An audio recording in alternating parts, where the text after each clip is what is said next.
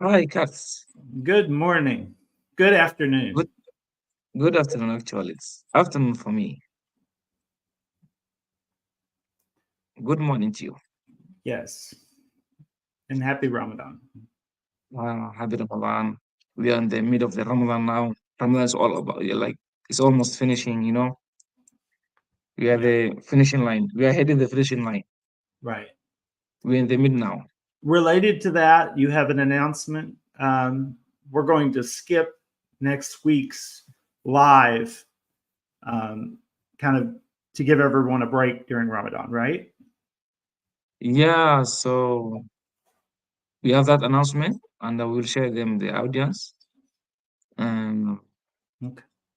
we just have few days remaining to end the Ramadan. So and our Muslim people or our audience, they are gonna participate. The during the Ramadan we do a lot of activities according to Right. attend the salahs. Mid of the night. So yeah. So next live you're gonna skip. We will share them that announcement. Right. So so much of your audience is Somali speaking. So I think Yeah, I'm gonna translate. Yeah, I will just yeah. telling you fast. So Assalamu alaikum wa rahmatullahi wa barakatuh dhamaan asxaabta meel baad joogtiin waa idin salaamaya walaalkiin Abdullahi kaartisa igu heliyay showga kaarta Morrison garyaqaankeenii ama lawyerkeenii sidaa ogtiin markuu nagala qayb qaadanayay maxaa la jiray showgan ama livekan idinkuna sidoo kale waad ku mahadsantihiin saad mar walba mataqaana noo garab taagantihiin ama noogu mataqaana garab taagantihiin howlahan wadno maanta waxaan rabay inaan idin soo jeediyo anaga waxaynu nahay dad muslim ah bishan waa inta badan waxaa dhihi jiray waan cibaadaysanaa cibaadadan looga talgalay bisha ramadaan so dee maanta xitaa maalin hore aan rabnay inaan soo announce garayno laakiin dee maanta xoogaa dadka isku imaanayaano nala soo gaartay inaan sheegno so waxaan rajaynayaa ilaa ramadaanka dhammaanayo livekana noogu dambeyn doono livekeen xigaa wuxuu noqon doonaa xitaa ramadaan ama ramadaan markii laga baxo insha allah hadduu ilaa yiraa markaasaan ka dhigan doonaa inta ka horeysan dee waxaa la geli doonaa tobanka dambe oo cibaadada mataqaanaa zaaid loo badin lahaa in laga faa'iidaysto marka marna dadkan mataqaanaa ka dhex galno cibaadadooda marka waxaan rajaynayaa qof walba inuu ka faa'iidaysto bishaan ramadaan inta ka harsan cibaadada mataqaanaa aan ku commit gareyno yacni ku dadaalno livekeena xigana markaasuu noqon doonaa insha allah hadduu ilaa yiraa marka arrintaasaa idin waday waad ku mahadsantihiin garab istaaggiina mar walba soo dhawaada in lay So let's start with an announcement. yeah I just done the announcement. I told them everything. You shared that announcement. Oh Okay. Okay. yeah, I I didn't shared learn them. Somali, so I know what you say. Okay, I have another announcement. Oh sure. Okay, go ahead. How do I say I have another announcement in Somali? Okay, anna wuxuu dhaha waxaan hayaa maxaa la jiray war aan idin soo gudbinaya ani hadda war baa idin soo gudbiyey yacni news nagu soo kordhay si aan livekeena dambe marka lagu dhigno asla marka war kale noo hayaa kaas Okay, so I will be offering, we will be offering a group lawsuit soon for U.S. citizens with spouses who are waiting on visa interviews at U.S. Embassy Nairobi.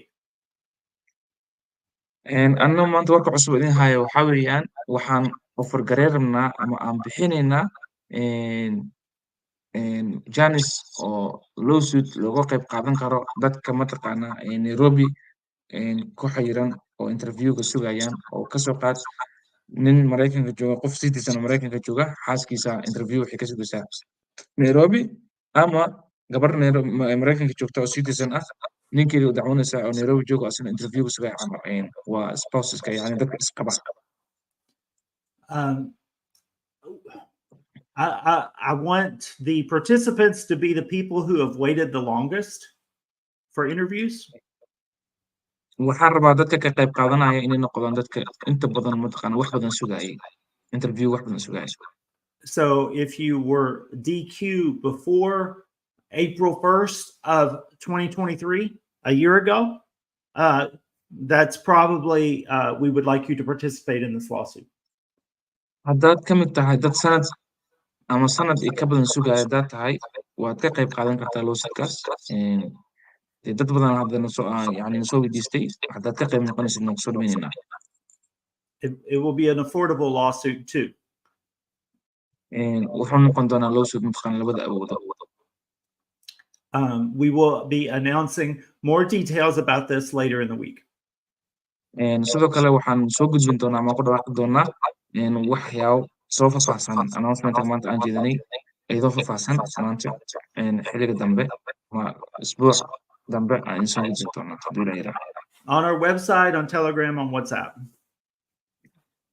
waxaad ka ogaan kartiin ama ka arki kartiin warbixintaas telegramkeena websitekeena website yani whatsappkeena oo maxaa la jiray sidoo kale ka ogaan kartiin iyo meelaha la halmaala sida instagramka meelba twitterka Great. Okay. So I see questions are rolling in. waa mahadsantihiin intaas waa in mataqaana idin soo gudbinay haddana qaybaha su-aalahan geli doonaa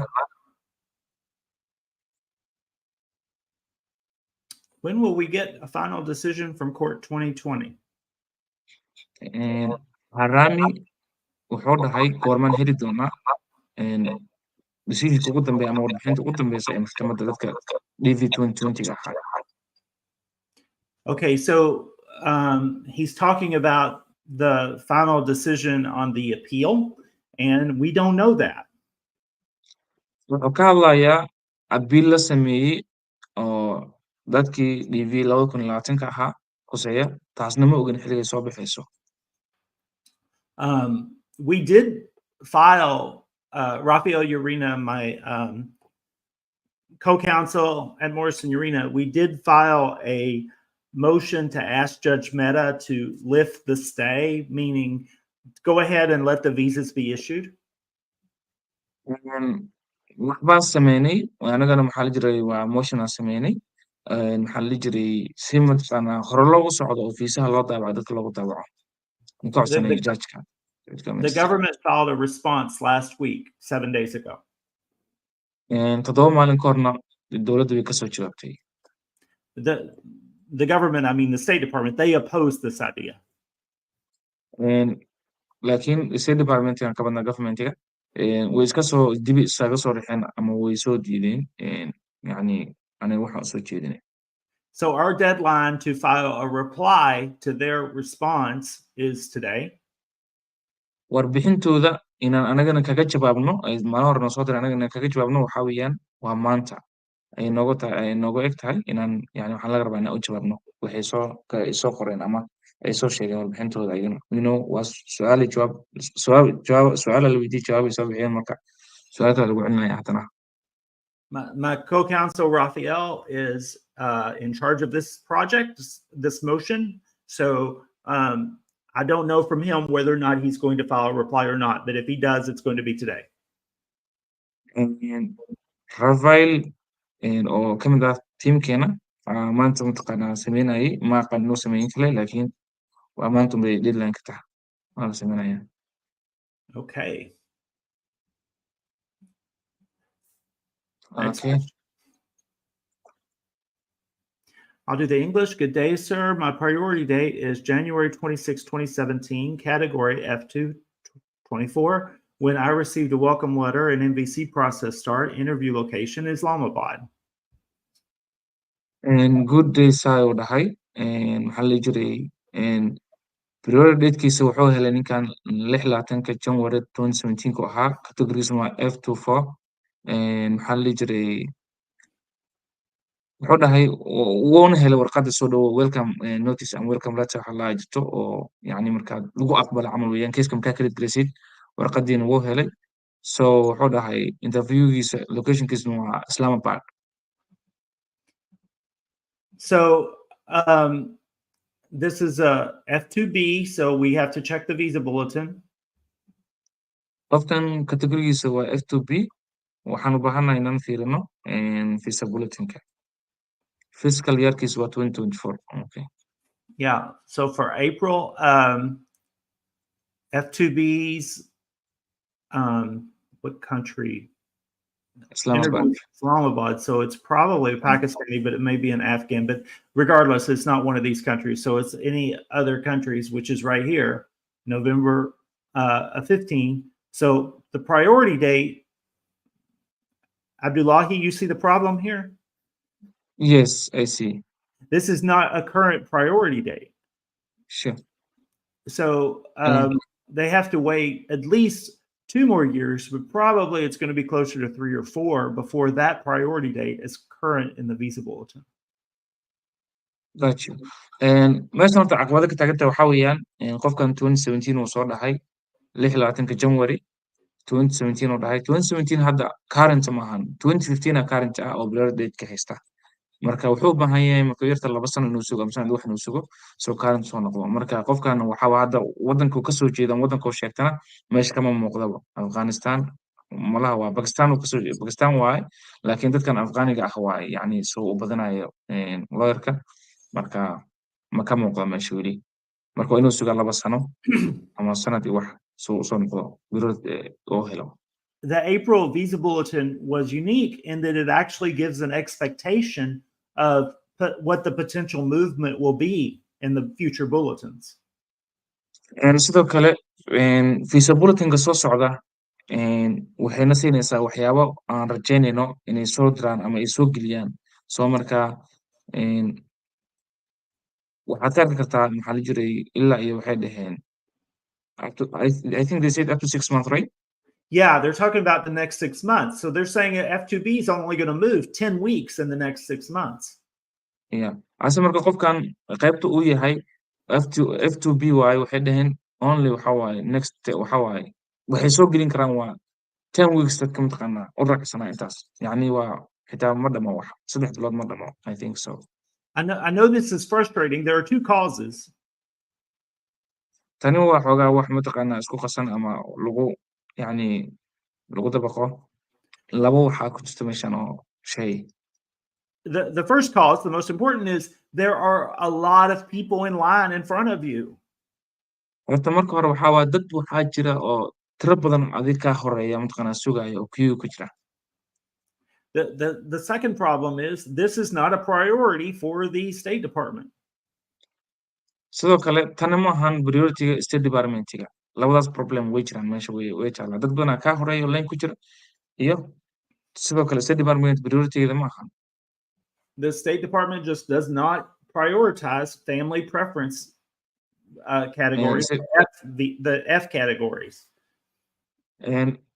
State Department يعني priority fiican ma siiso dadkan dadka F2A or F2B waxaas ku jiraan yani inta badan ma qiimeysan macnaha. Okay. Next question. DV Lottery Visa Bulletin. And we okay, let me read this one in Somali. And Abdi Hakim, Abdi Fatah, DV Lottery Visa Bulletin meequu gaari karaa current-iga ka hor. Okay, like he's just asking us Abdi Fatah, how long okay, which number can be reached the DV Lottery and Visa Bulletin? The numbers that can reach, yeah. The highest number can go the Visa Bulletin for DV lotteries. So for May, we're looking at Africa cases up to 52,000, except for these 3 countries. So for Somalis, the cases up to 52,000 for May. hadda xilligan la joogo 52,000 oo maraya qaybta anaga aan ku jirno marka laga reebo wadamadan kale oo Algeria iyo Egypt iyo Morocco ah. So the highest number can go like which number? The highest number is just asking us which number I can go the Visa Bulletin.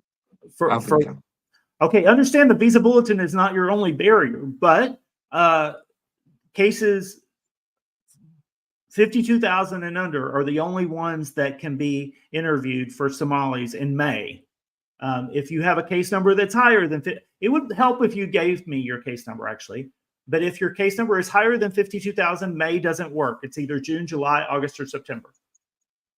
Aditaco horta Mayda soo socota ilaa iyo dadka interview laga qaaday lahaa waa dadka kuu muuqda haddii konton 2000 ah sidoo kale case numberkaagan siin lahayd waa qiyaasi karnay laakiin case numberkaaga ma hayno ma sheegin laakiin hadda duu 52 maraayo ilaa iyo May so kan hadda soo bixi doono ilaa meeqa noqon karaa marka haddii aad qiyaasta adiga xitaa waxaa waa dareemi kartaa waxay ku tari karaan waa wax iska yar ay noqon karaan marka kadibna kaalinta noqon karaa waa bilooyinka wax dhis ka hadhay oo iska dhamaatay yani waxaa dhamaaday waqtigaa dhamaan rabo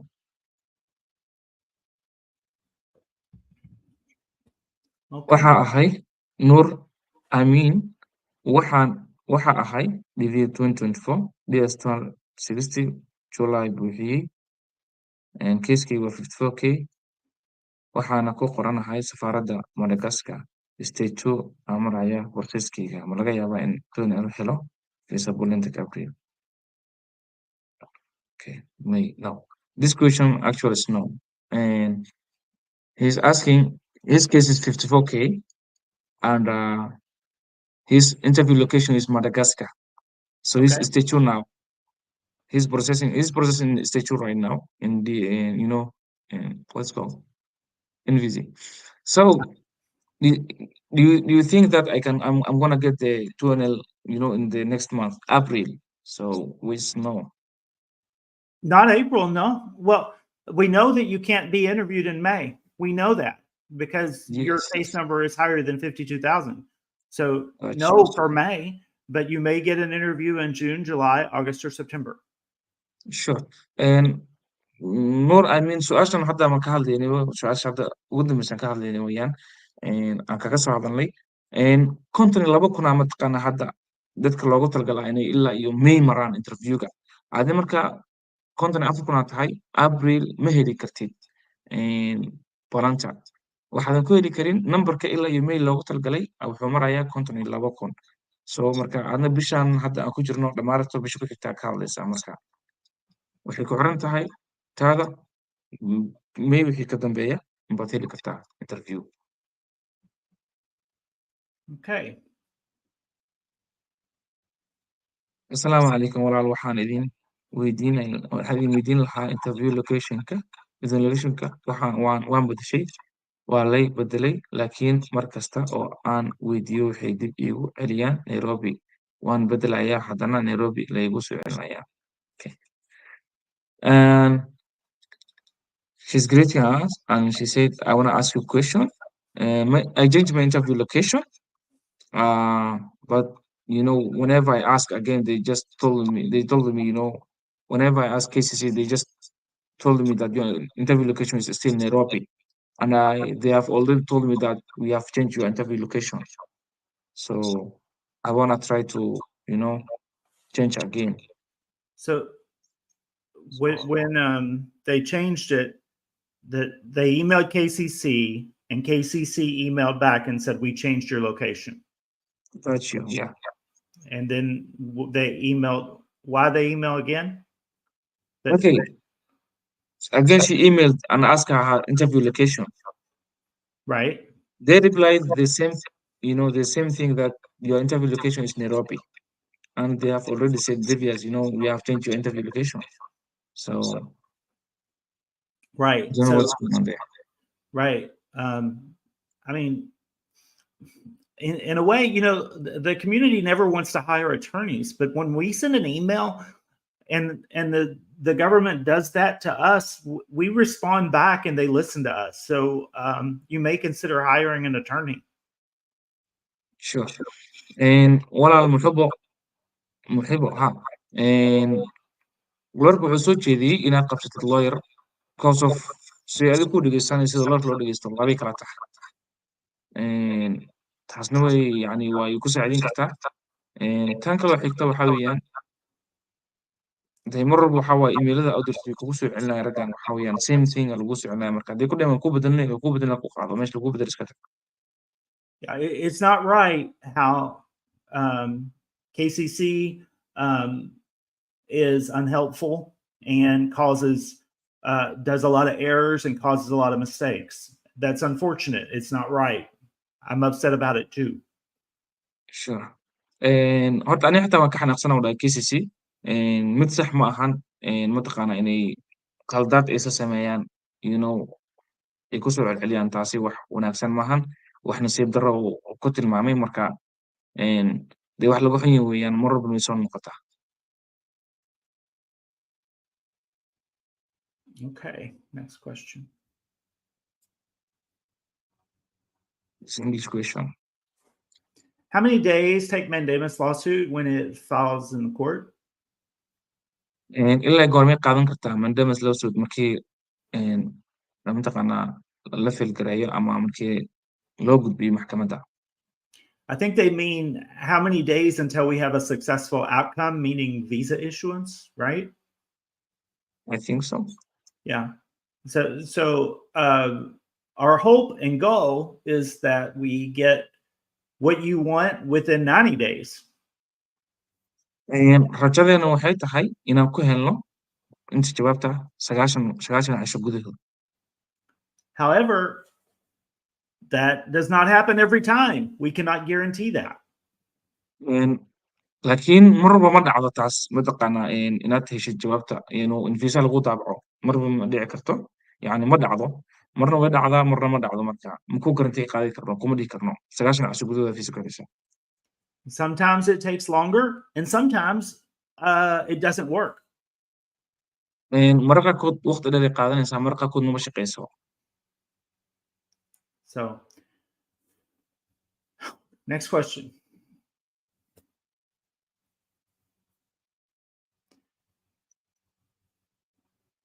His case number is 120. Okay, and this question is like he just asked a question before and we asked him his case number is 102. Right. He's just Very asking us. unlikely. Very unlikely he will be scheduled in June. His best hope is probably August or September.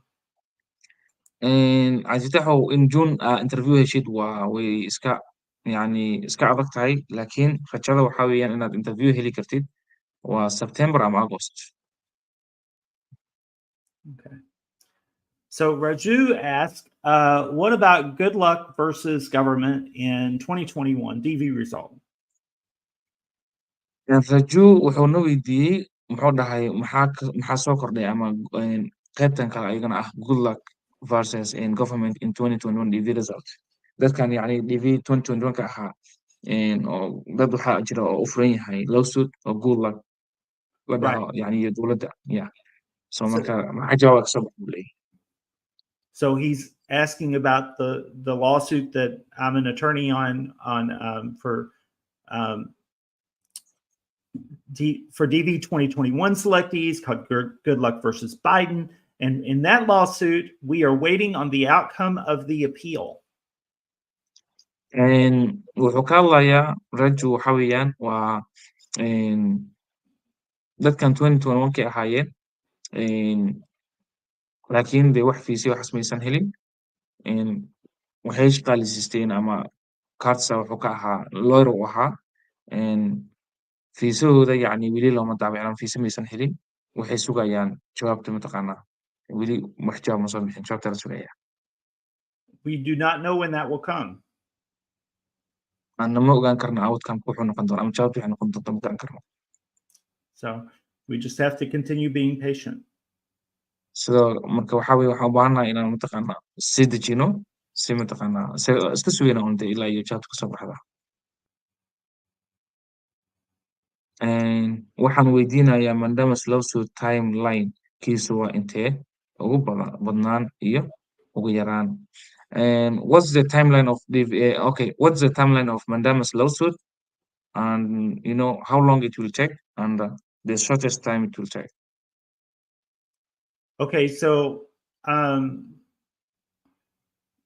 I would need to know more information about your case to know where we would file it, and but I can give general answer. marka hore waxaan u baahanahay inaan ogaado categoriga tahay iyo iyo meeshaad u socotid maxkamadaha waxa weye laga feelgareeyo hal maxkamad keli ma ahan maxkamadaha waddanka wuu booyin yahay meel baa laga feelgareeya marka inaa ogaadaan rabaa marka had laakiin waxaan ku siin doonaa general baashi ah answer oo iska kooban yani guud ahaaneed. So generally, it takes us 2 to 3 weeks to file the complaint from the time you hire us.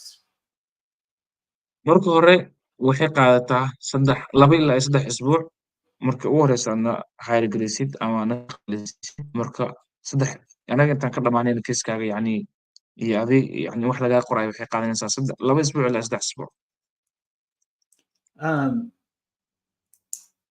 After the complaint is filed and served, that means we give paper copies to the government.